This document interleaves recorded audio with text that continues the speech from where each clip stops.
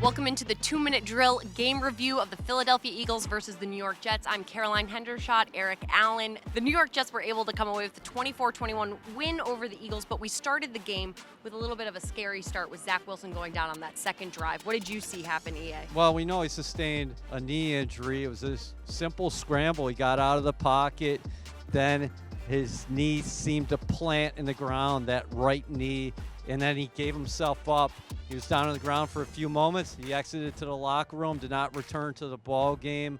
The Jets are hoping for good results. He's going to get an MRI tomorrow. Again, it was kind of a somber locker room in there after the game despite the win, because the Jets know how much work Zach Wilson has been putting into this season, and he's had a strong start to training camp, so we're going to have to see what happens from here. But definitely a big scare here to start the preseason. As tough as that was, there were some pockets of good plays. Where do we go from here? We have Atlanta Falcons on the clock. They come in on Friday for joint practices and then a game on Monday. Where do we build this week? Well, you got a day off tomorrow, and then you come back to practice on Sunday. You do have the joint practices at the end of the week, but for the Jets right now, it's finding those results from the MRI and to see the prognosis of Zach Wilson. Right now, you have a quarterback room that includes Joe Flacco, Mike White, and Chris Streveler. The Jets have a lot of confidence in the aforementioned Flacco, who did not play tonight, and Mike White, who got the bulk of the snaps. We'll have to see what happens again with Wilson's prognosis, and then we'll go from there. But the Jets have a long week ahead that will culminate with a couple joint practices with Atlanta Falcons and then a Monday night game against Atlanta at MetLife Stadium.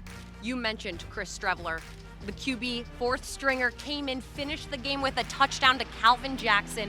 Grit is the word that comes to mind. What did that say about the way the offense was able to finish today? Well, I think the entire team did finish. The defense had 5 sacks in all. I thought the defensive line played really well, getting a lot of pressure in this game. Zonovan Bam Knight with a long kickoff return also had a touchdown. Jeremy Rucker got in the end zone. I like what we saw out of the tight ends from a Jets perspective. Lawrence Cager had a nice game. Tyler Conklin continued his strong play here this summer. So there were a number of positives on an overall tough night. Anytime you see your quarterback go to the ground, it is a tough night. So the Jets are going to have to cross their fingers from here.